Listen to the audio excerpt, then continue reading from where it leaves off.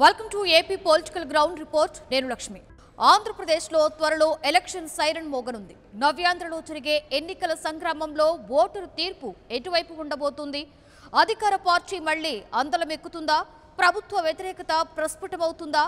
ఏపీకి ప్రత్యేక హోదాపై నాటకాలకు ప్రజా తీర్పు తెరవేయబోతుందా? ప్రత్యామ్నాయ పవరాలే ప్రభంజనం సృష్టించబోతున్నాయా? పార్టీల అంచనాలేంటి? ప్రజల నాడి ఏంటి? గెలిచేదెవరు? ఓడేదెవరు? 175 అసెంబ్లీ నియోజకవర్గాలు, 25 పార్లమెంటరీ స్థానాలలోని రాజకీయాల అప్డేట్స్ ని మీ ముందు ఉంచడానికి వచ్చింది 99 టీవీ పొలిటికల్ గ్రౌండ్ రిపోర్ట్.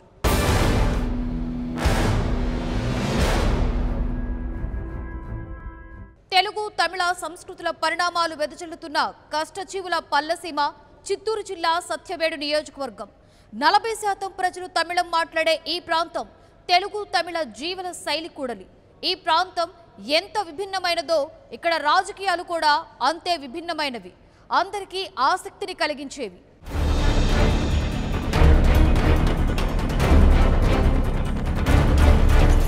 దళిత పౌరుషానికి ప్రతీకగా ఉన్నటువంటి సత్యవేడు నియోజకవర్గంలో తాజా రాజకీయ పరిణామాలు ఎలా ఉన్నాయి, ఇక రాబోయే రోజుల్లో ఎలా ఉండబోతుందనే దీనిపైన కూడా పూర్తిగా సందిగ్ధత నెలకొంది.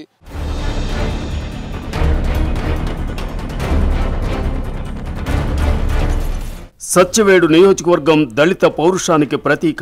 చిత్తూరు జిల్లా తమిళనాడు సరిహద్దు ఎస్సీ రిజర్వ్డ్ నియోజకవర్గం ఇది. వేదనారాయణ స్వామి ఆలయం, పల్లికొండేశ్వర స్వామి ఆలయం, కళ్యాణ వెంకటేశ్వర స్వామి ఆలయం, వాలీశ్వర స్వామి ఆలయాలున్నాయి. దేశంలోనే ప్రసిద్ధిగాంచిన వన్నెస్ టెంపుల్ ఆధ్యాత్మిక కేంద్రం ఈ నియోజకవర్గంలోనే ఉంది. ఉబ్బలమడుగు, కైలాసనాథ కోన, సింగరి కోన, సద్దికూటి మడుగు, భూపతేశ్వర కోన, సిద్ధేశ్వర కోన వంటి జలపాతాలు ముఖ్య పర్యాటక ప్రదేశాలు. దేశంలోనే అతిపెద్ద పారిశ్రామికవాడ శ్రీ సిటీ ఈ నియోజకవర్గంలోనే ఉంది. ఇందులో 100కి పైగా పరిశ్రమలు నెలకొల్పారు.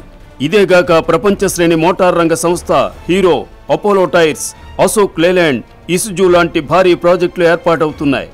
శ్రీ సిటీ సౌజన్యంతో IIIT, IFMR లాంటి విద్యా సంస్థలు నెలకొల్పారు.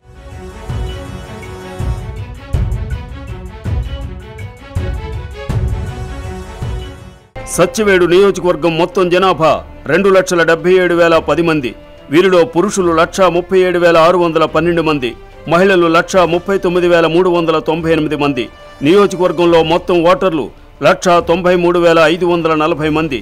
వీరిలో పురుషులు 95,048 మంది, మహిళలు 98,474 మంది, ఇతరులు 18 మంది. సత్యవేడు నియోజకవర్గం ఓటర్లలో ఎస్సీలు 60,000, బీసీలు 70,000, కమ్మ, రెడ్డి కులాలకు చెందిన ఓటర్లు 15,000 మంది ఉన్నారు. అలాగే 14,000 మంది బలిజ ఓటర్లు ఉన్నారు. ఇక క్షత్రియ, బ్రాహ్మణ, వెలమ ఓటర్లు చెప్పుకోదగ్గ స్థాయిలో ఉన్నారు. 1962లో సత్యవేడు నియోజకవర్గం ఏర్పడింది. అప్పటి నుంచి ఇక్కడ 12 సార్లు ఎన్నికలు జరిగాయి. కాంగ్రెస్ సైలు కలిసి 5 సార్లు, టీడీపీ 6 సార్లు, స్వతంత్ర పార్టీ 1 సారి గెలిచాయి. పీసీసీ అధ్యక్షుడిగా, మంత్రిగా పనిచేసిన సి దాస్ 3 సార్లు ఇక్కడి నుంచి గెలుపొందారు. ఈయన 2 సార్లు లోక్సభకు కూడా ఎన్నికయ్యారు. ఎం సురాజన్ 2 సార్లు గెలిచారు. ఇక్కడ ఎమ్మెల్యేగా 1 సారి గెలిచిన డాక్టర్ ఎన్ శివప్రసాద్ చిత్తూరు లోక్సభకు 2 సార్లు ఎన్నికయ్యారు. ఈయన చంద్రబాబు కేబినెట్లో మంత్రిగా కూడా పనిచేశారు. సత్యవేడులో 1 సారి గెలిచిన బాలకృష్ణయ్య తిరుపతి ఎంపీగా కూడా విజయం సాధించారు. 1983లో టీడీపీ ఆవిర్భావం నుంచి 8 సార్లు ఎన్నికలు జరగ్గా 6 సార్లు టీడీపీ విజయ ఢంకా మోగించింది. జిల్లాలో ముఖ్యమంత్రి చంద్రబాబు ప్రాతినిధ్యం వహిస్తున్న కుప్పం తర్వాత సత్యవేడు టీడీపీకి కంచుకోటగా మారింది. 2014 సాధారణ ఎన్నికల్లో సత్యవేడు శాసనసభ నియోజకవర్గం నుంచి సిట్టింగ్ టీడీపీ ఎమ్మెల్యే హేమలతకు పార్టీ టికెట్ ఇవ్వలేదు. టీడీపీ అభ్యర్థిగా పోటీ చేసిన తలారి ఆదిత్య విజయం సాధించారు. ఆయన తన సమీప వైసీపీ అభ్యర్థి కె ఆదిమూలంపై 4,227 ఓట్ల మెజార్టీతో గెలుపొందారు. ఆదిత్య గతంలో టీడీపీ తరపున ఎమ్మెల్యే అయిన తలారి మనోహర్ కుమారుడు.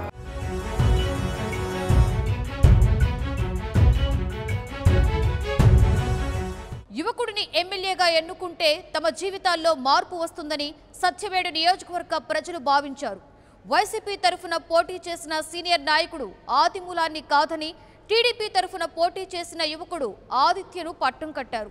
అయితే ప్రజలు కోరుకున్నట్లే జరిగిందా? సత్యవేడు ప్రజల జీవితాల్లో మార్పు వచ్చిందా? రాజ్యాంగ నిర్మాత బాబాసాహెబ్ అంబేద్కర్ దళిత జాతికి ఓటు హక్కును ఆయుధంగా ఇచ్చారు.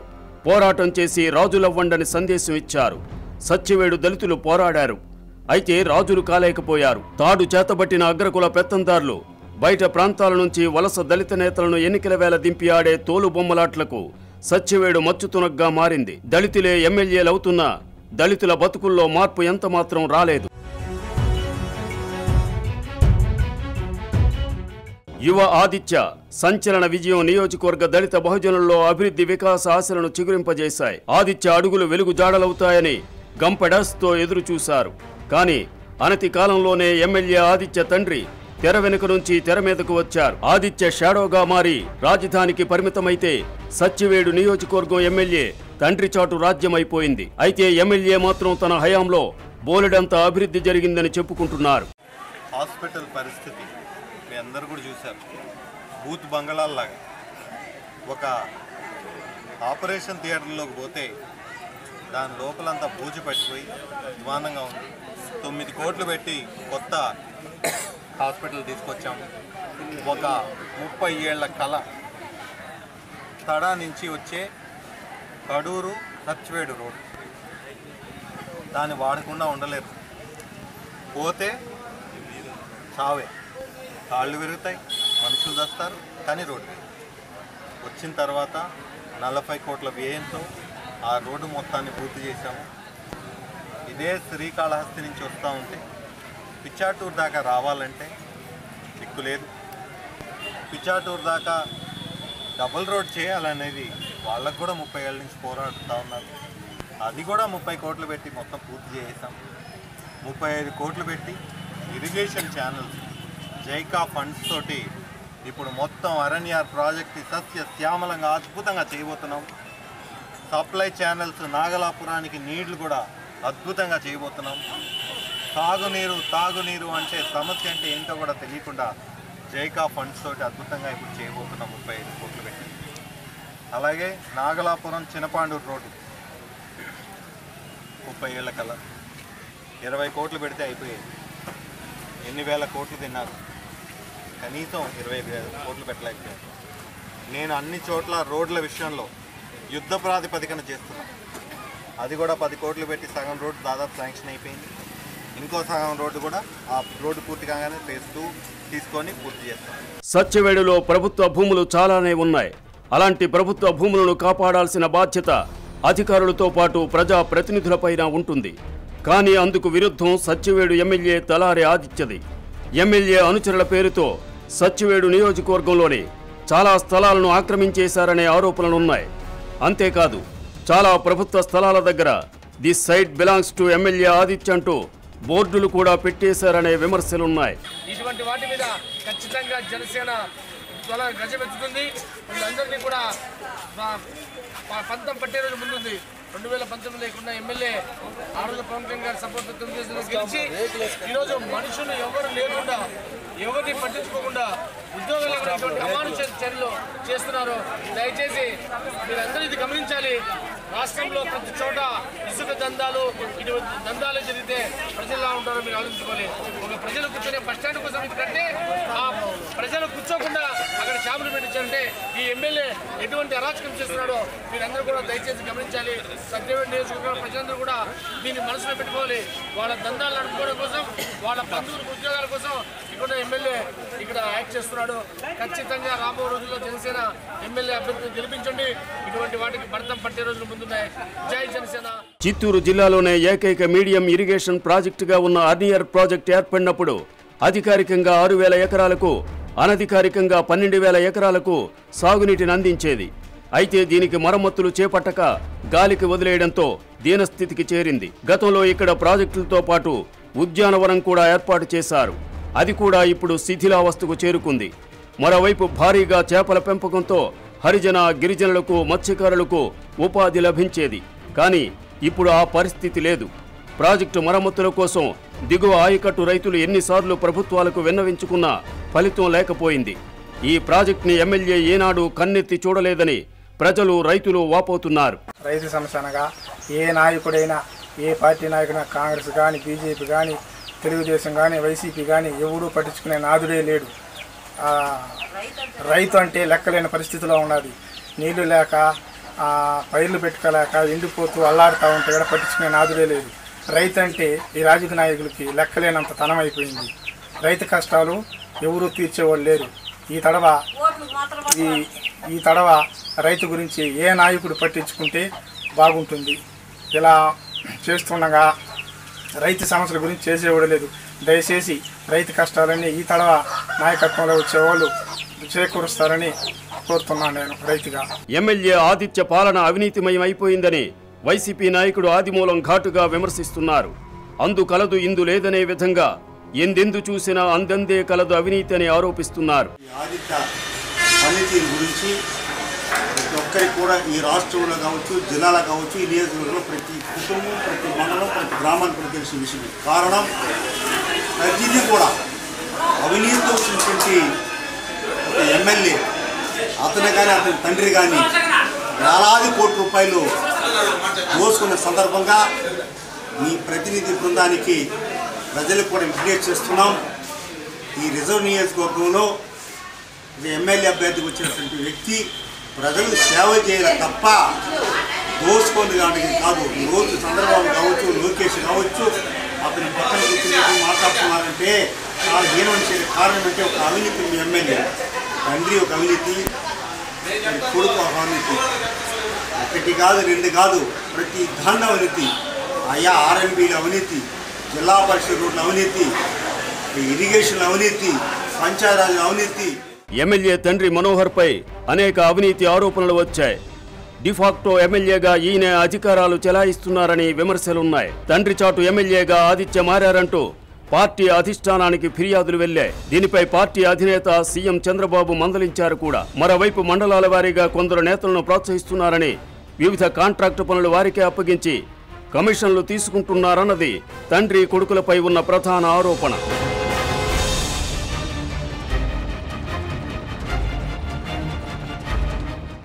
ఈసారి ఎన్నికలలో సత్యవేడు స్థానాన్ని దక్కించుకోవడానికి అన్ని పార్టీలు పట్టుదలగా ఉన్నాయి. అన్ని పార్టీలకు ఆశావాహుల తాకిడి ఎక్కువగానే ఉంది. ఈ తాకిడి అధికార పార్టీకి మరీ ఎక్కువగా ఉంది. ఏ పార్టీ నుండి ఎవరు పోటీ చేస్తున్నారనేది స్పష్టత ఇప్పటికీ లేదు.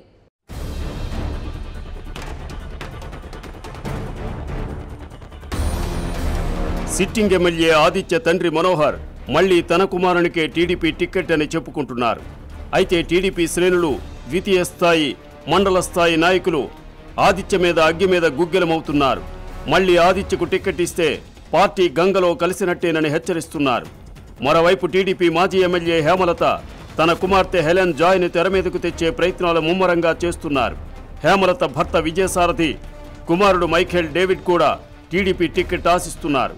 అయితే మాజీ ఎమ్మెల్యే అయి ఉండి నియోజకవర్గం సమస్యలను ఎంతమాత్రం పట్టించుకోలేదన్న విమర్శలు హేమలత మీద ఉన్నాయి. గత 9 ఏళ్లుగా జేడీ ఫౌండేషన్ పేరుతో నియోజకవర్గంలో సేవా కార్యక్రమాలు చేసిన జేడీ రాజశేఖర్ టీడీపీ టికెట్ రేసులో ఉన్నారు.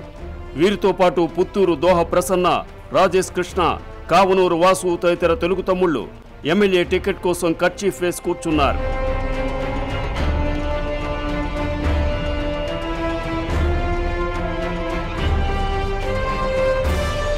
గత ఎన్నికల్లో 4000 ఓట్ల తేడాతో ఓడిపోయిన వైసీపీ నేత 68 ఏళ్ల ఆదిమూలం నాటి నుంచి నేటి వరకు కొంప గూడు వదిలేసి నియోజకవర్గమంతా కాలికి బలపం కట్టుకు తిరుగుతున్నారు.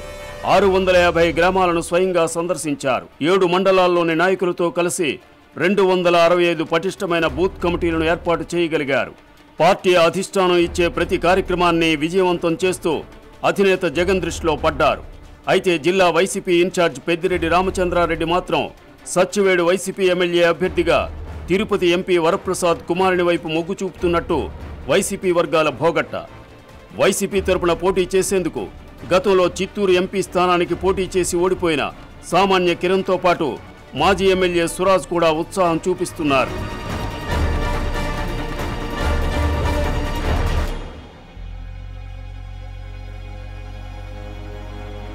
ఆదిమూలానికి వైసీపీ టికెట్ లభించే పరిస్థితులు తక్కువగా ఉన్న నేపథ్యంలో ఆదిమూలాన్ని టీడీపీలోకి తీసుకునే ప్రయత్నాలు కూడా జరుగుతున్నాయి.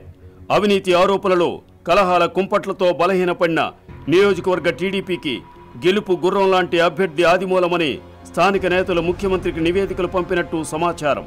ఆదిమూలం స్థానికుడు కావడం ఆయనపై ఉన్న సింపతి పార్టీకి కలిసి వచ్చి టీడీపీ అప్రతిహత విజయాన్ని కొనసాగించవచ్చని తెలుగు తమ్ముళ్లు చంద్రబాబుకు నివేదికలు ఇస్తున్నట్టు సమాచారం.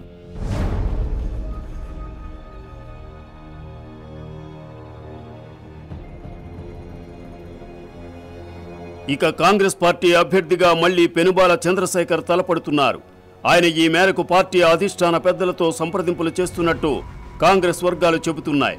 ఇక ఈ నియోజకవర్గంలో బీజేపీకి ఉనికే లేదు. ఇక రాష్ట్రంలో 2 ప్రధాన పార్టీలకు నిద్ర లేకుండా చేస్తున్న జనసేన పార్టీ సత్యవేడు నియోజకవర్గంలో కీలకంగా మారింది. దళితులే పాలకులు, వివక్షలేని సమాజం అనే నినాదంతో జనసేన నియోజకవర్గంలో హల్చల్ చేస్తోంది.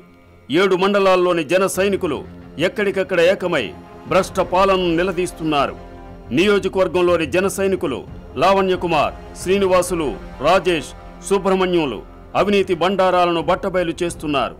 సమస్యల పరిష్కారానికి పేదలు, దళిత బహుజనులతో కలిసి కదం తొక్కుతున్నారు.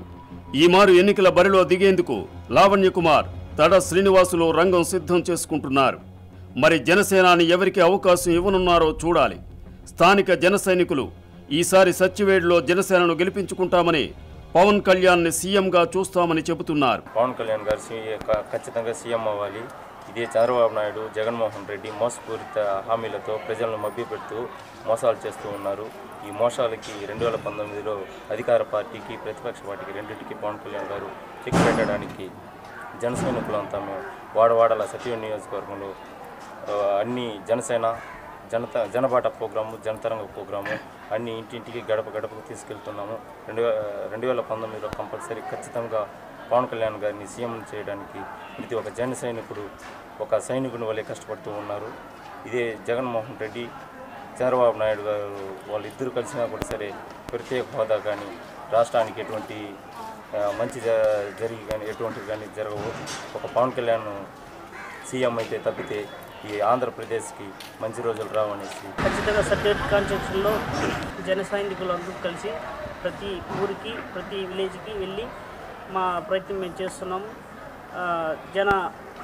జనసేన జనబాట జనసేన కార్యక్రమాలను, మా మేనిఫెస్టోల్ని ప్రజల వద్దకు తీసుకెళ్ళి వారికి అర్థమయ్యే రీతిలో మేము చెబుతూ పార్టీని బలోపేతం చేస్తున్నాము. అయితే సత్యవేడు జనాలు మాత్రం అవినీతి, పక్షపాతం లేని స్వచ్ఛ పాలన కావాలని, నియోజకవర్గం పొరుగున ఉన్న తమిళనాడుకు జరుగుతున్న అక్రమ ఖనిజ, పేదల రేషన్ బియ్యం రవాణా ఆగాలని కోరుకుంటున్నారు. శ్రీ సిటీ సెజ్ లాంటి పారిశ్రామిక కారిడార్లో స్థానిక యువతకు స్వీపర్, సెక్యూరిటీ గార్డ్ లాంటి ఉద్యోగాలు కాకుండా మంచి స్థాయిలో ఉపాధి పొందే అవకాశాల కోసం కృషి చేసిన వారినే గెలిపిస్తామని అంటున్నారు.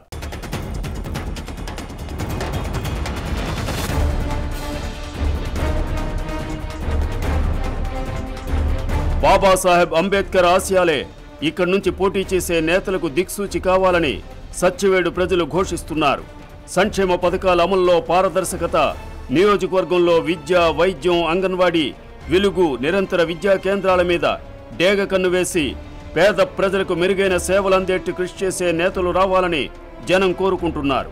పోలీస్, రెవెన్యూ వ్యవస్థలను ధ్వంసం చేసి స్వార్థానికి వాడుకునే నాయకులకు రామ్ రామ్ పలికే పాలన కోసం, నూతన పరిపాలనను అందించే పవనాల కోసం సత్యవేడు ప్రజలు 1000 కళ్లతో ఎదురు చూస్తున్నారు.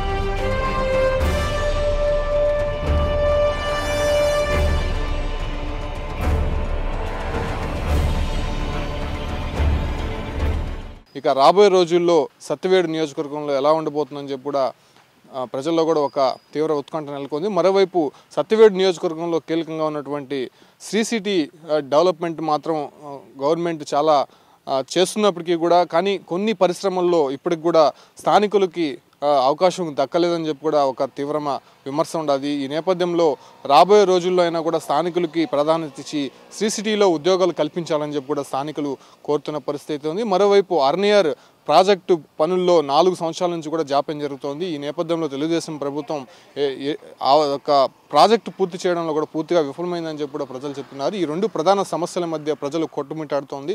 ఇక ఆ సమస్యలు ఎవరైతే తీరుస్తారో ఆ ఒక తీర్చే వారికే కూడా తమ పట్టం కడతామని చెప్పి కూడా సత్యవేడు ప్రజలు ముక్తకంఠంతో చెప్తున్న పరిస్థితి ఉంది. వీడియో జర్నలిస్ట్ మనీతో ఉమాశంకర్, 99 న్యూస్, సత్యవేడు.